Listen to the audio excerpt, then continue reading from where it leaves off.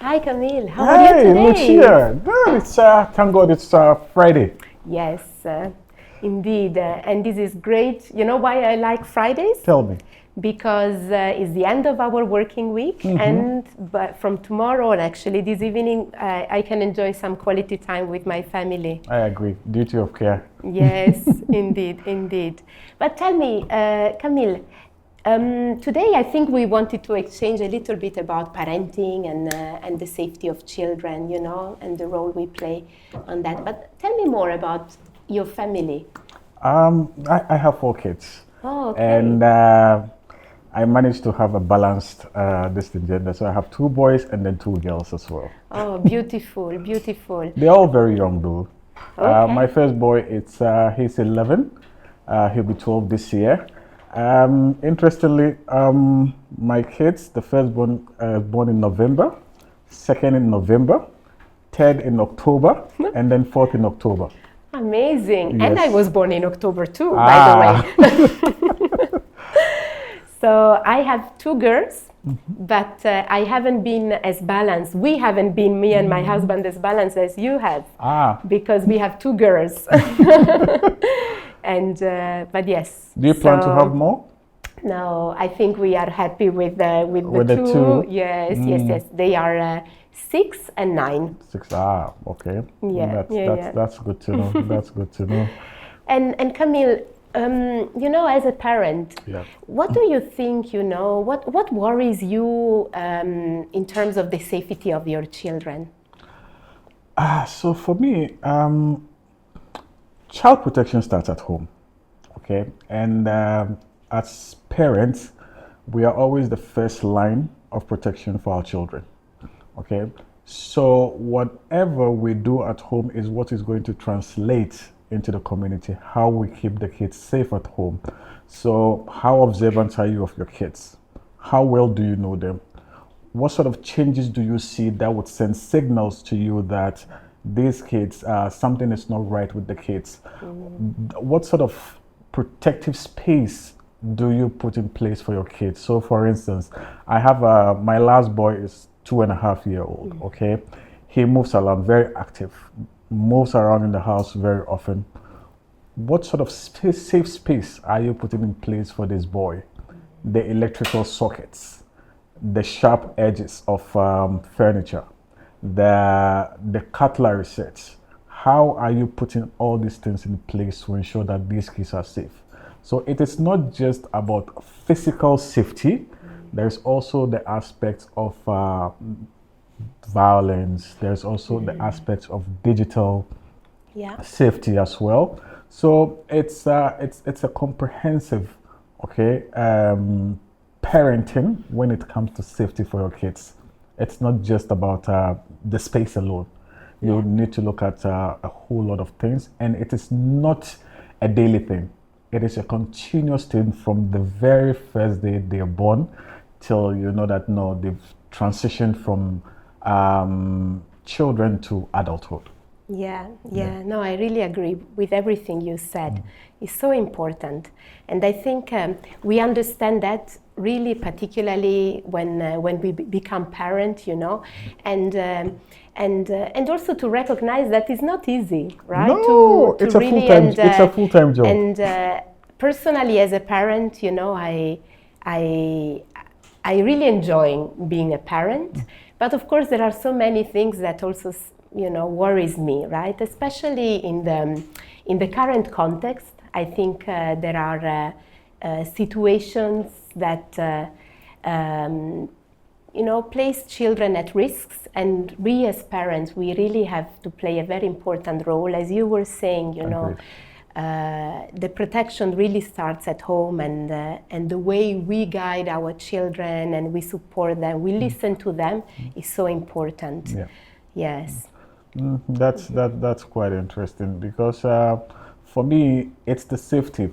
I do not want to separate the safety of boys and the safety of girls, but if you look at the vulnerability, I would tilt towards girls are more vulnerable than boys. Boys, space for safety.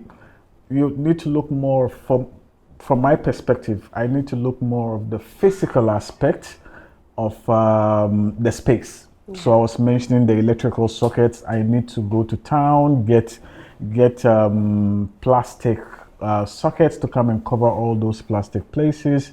But for girls, you need to go beyond just the space. You're talking about abuse. You're talking about a bit of a violence. So these are things that as parents you need to be wary of and see how you don't handle both kids same way.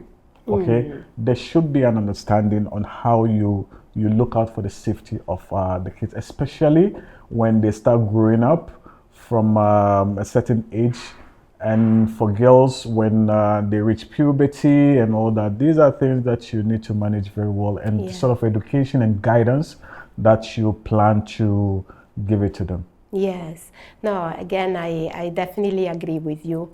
And I agree that, of course, we, as a parent of two girls, of course, I'm particularly also sensitive and careful in helping my daughters also to understand, at the right time, at the right age, what could be ways to protect themselves, especially because, unfortunately, as a child, I have experienced also sexual harassment and abuse.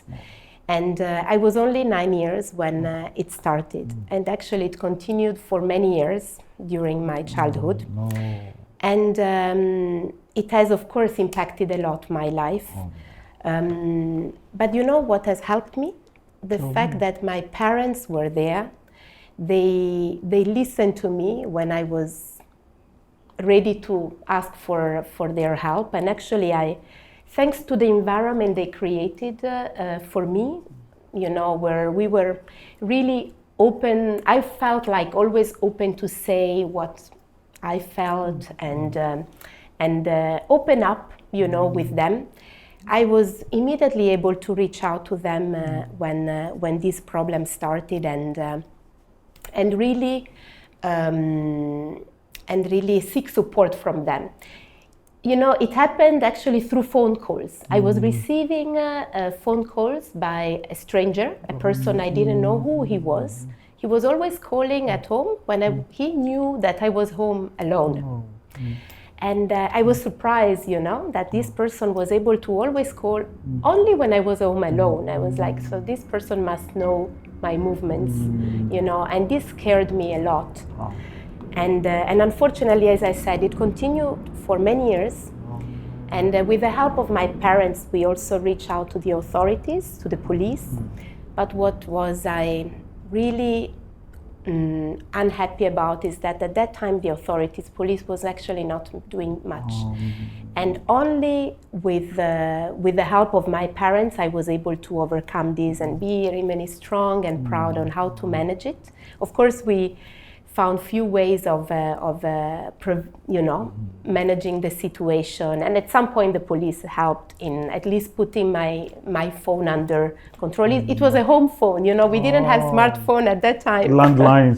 Landlines. Old landlines.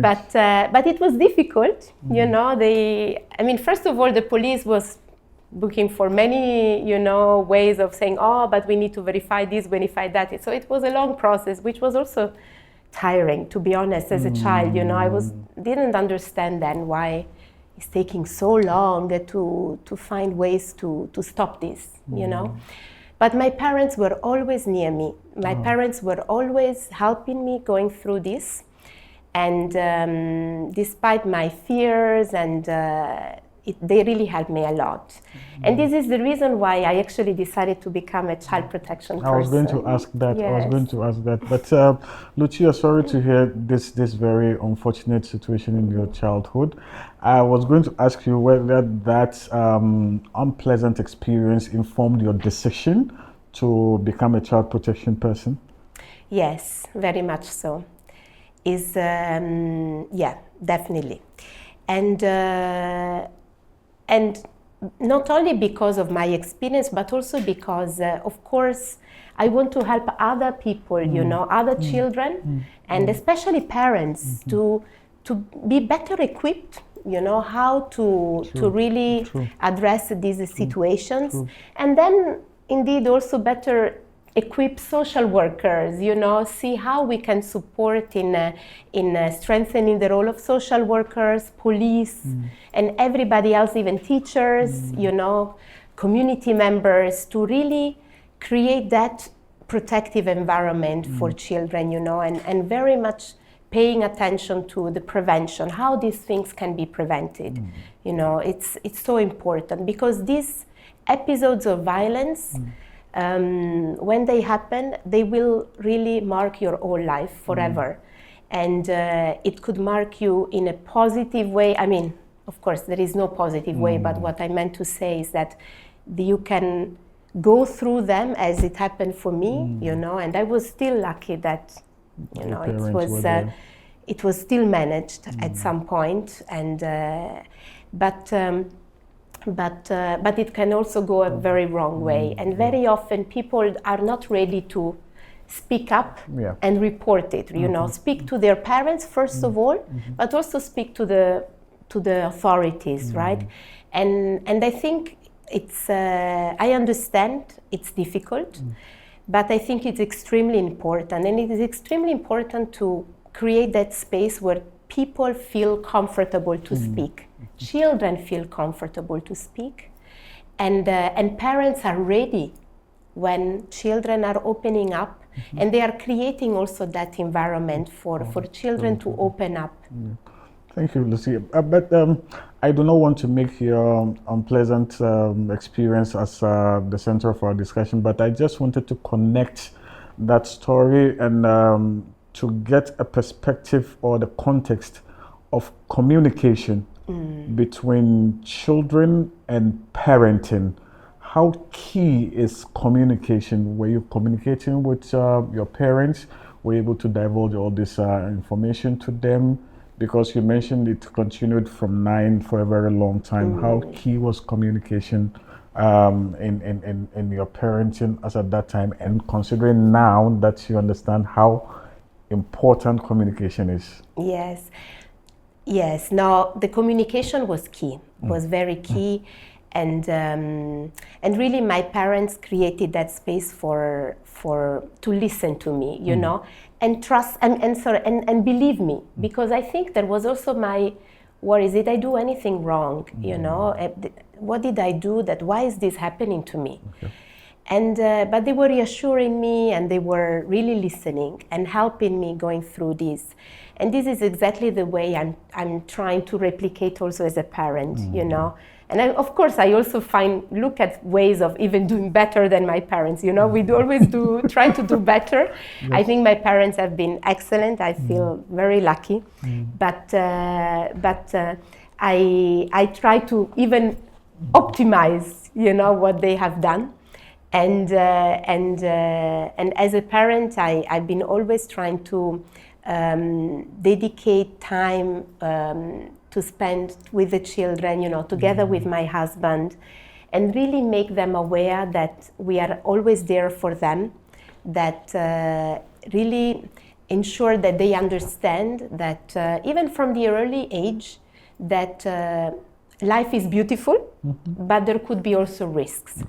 And to understand what those risks could be at the right time, of course, using the right language and so on. And let them know that we are there for them, whatever happens, you know, and really creating that experience, that environment of trust. I think it's extremely important. And what about you with your children as well? How do you manage the communication? The communication. So for me, I try to communicate with them in a more playful way. I create that environment, that space for them to feel comfortable to tell us everything. Because when you create that environment where there is a subtle fear, the kids are unable to tell you everything because they fear the repercussions. So that my daddy would scream at me or mommy would scream at me. So you create that safe space for them to be able to tell you everything. And maybe you would tell me, I think I remember reading something about statistics that kids that openly and freely talk to their parents are likely or less to suffer abuses than kids who don't communicate with their parents. Okay, so being open for me, that's so I use I'm very playful with them when I'm watching football, even though some of them do not like football. When I'm going to prepare sometimes food. Lately, I have this hobby of preparing yogurt, and then we do it together in the kitchen. So that safe space, that playful space, gives them that confidence to tell you everything.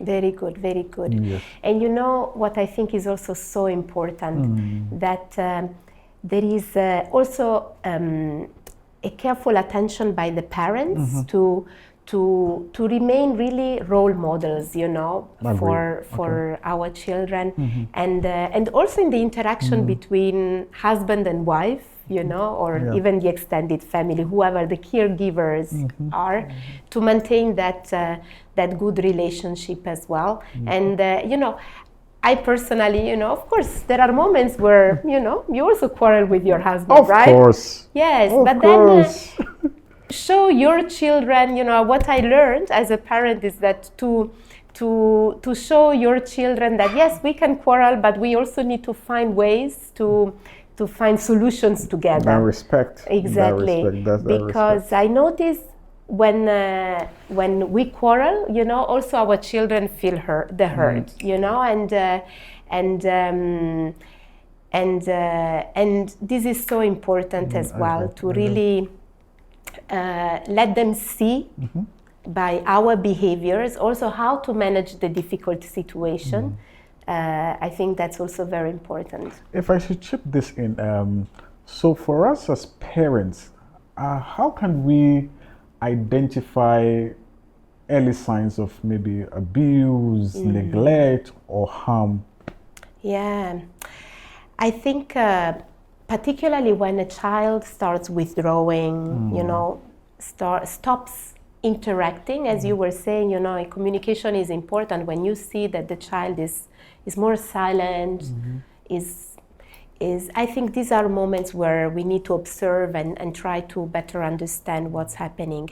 And I think also, you know, teachers and other people, you know, that the child is you know, meeting more often can also help our role as parent. You know, if identify some signs, it's so important that we also hear from them. So I enjoy always going to see the teachers of my daughters to understand, okay, how are they doing? You know, because they behave in a certain way at home, but they may behave totally differently Especially when they with are their outside, peers. right? Exactly. And it's always interesting. I always listen very carefully. And I think also the role teachers play is so important. You know, besides what we do at home, I think teachers plays equally a very important role in monitoring the situation and informing parents when they see, you know, some signs of maybe problem or risks. Yeah, agreed. And also intervene, helping children to, you know, manage also their relationship, because also nowadays clearly there is more and more also worries about bullying, right? Agreed. And both offline and online, actually. True. Cyberbullying is an issue that comes up more and more often, and I think that's very important to look at it very carefully. No, I agree with you 100%. So for my side, you see, what most parents fail to understand, especially this part of the world, is that we see kids growing up, and some people certainly think that they are not matured enough to understand certain things, okay? And they see certain signs in kids as part of developmental growth rather than signs and signals of issues that they need to attend to. So when your kid growing up, you start realizing the grades are now dropping as compared to before. If you notice maybe your kid is unusually silent, or activities that they used to be very enthused about, all of a sudden they just go quiet about it. These are some signals that should get you concerned, try to find out, and also that's a very good sign of a break in communication between you and the kids, because they withdraw. So once they withdraw, of course, they are not going to tell you everything. And that is where the issue starts. Okay. Yes, I agree with you. And in that situation, what would you do? For example, if you were experiencing that situation with your children? Yeah, so for me, I talk to them, but before talking to them, I would create that relaxing environment, either getting them to do what they like together with me, or we just go for just a brief walk, or I give them maybe an edible that they like, if it's ice cream, if it is candy or anything, and I like to tickle them a lot. So when you tickle the person laughs and the person smiles and all that.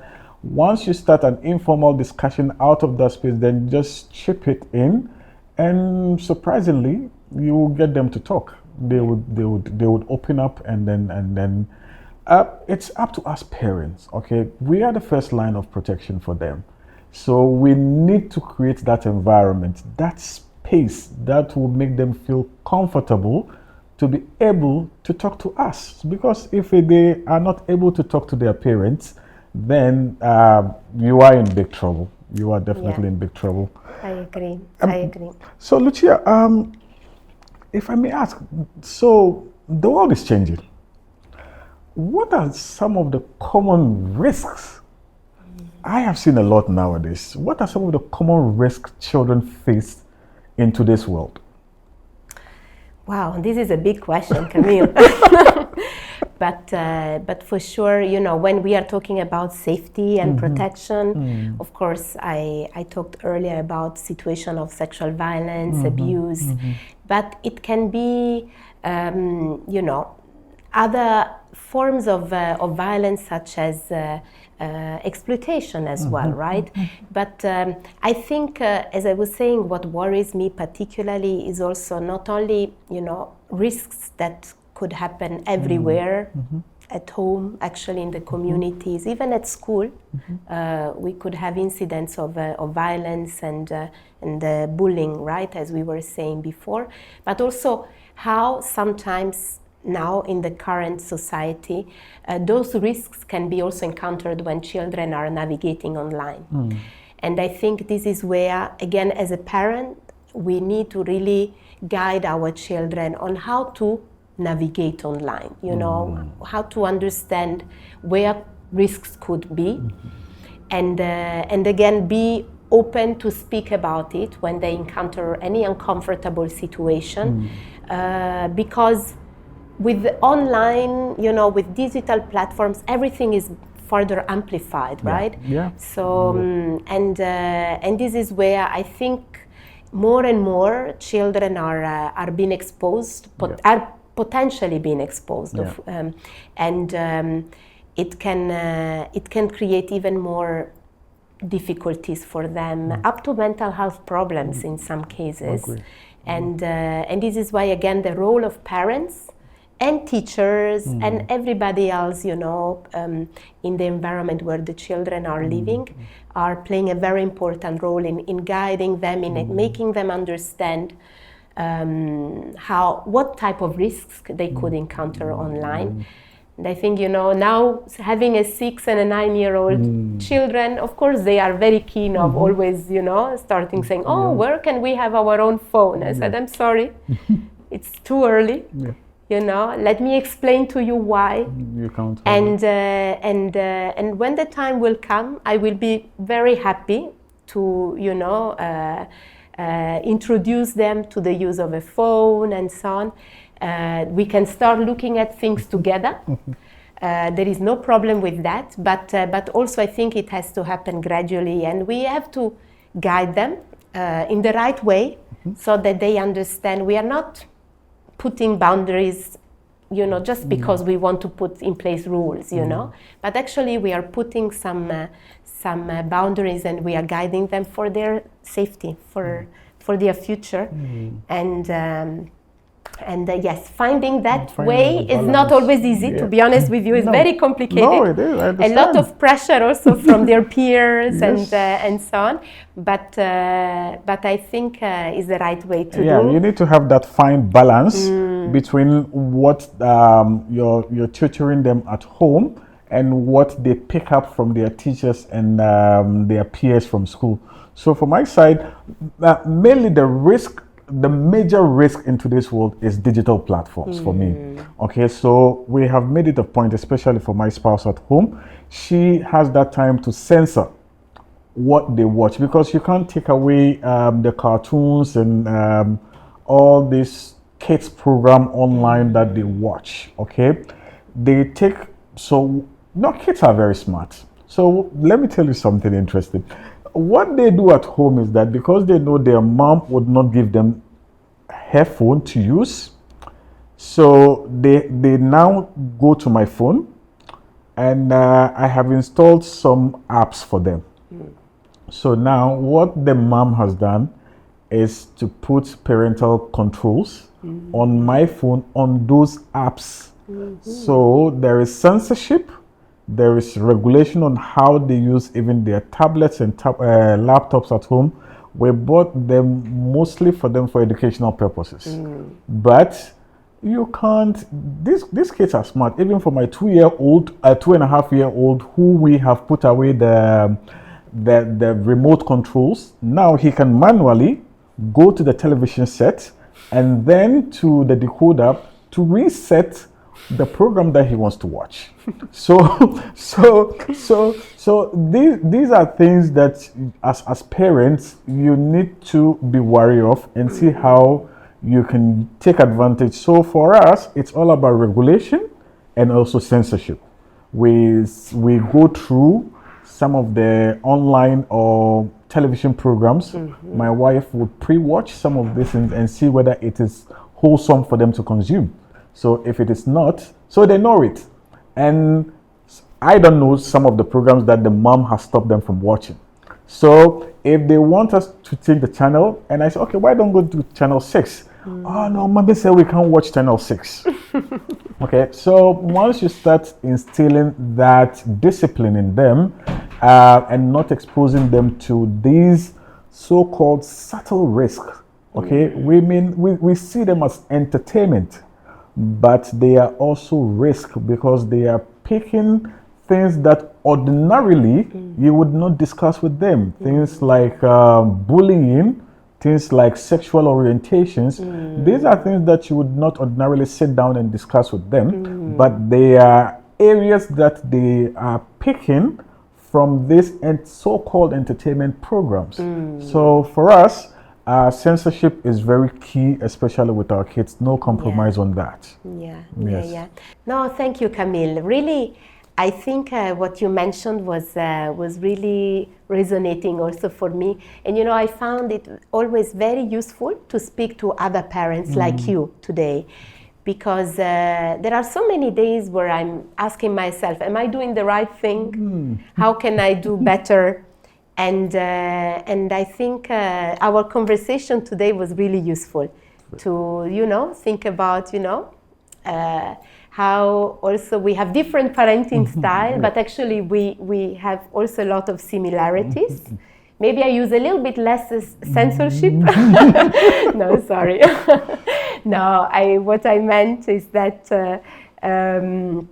I think on that topic you were referring to, maybe something I would advise is that I think what I found it useful in my conversation with my daughter is that to really have a conversation with them and explain why we are doing this, why we are suggesting this, so that they understand the why as well, not only the what, but also why are we saying this, so that they and then verify with them how do they feel about it. Yeah. Would they agree with us? You know, really also try to better understand and ask them question.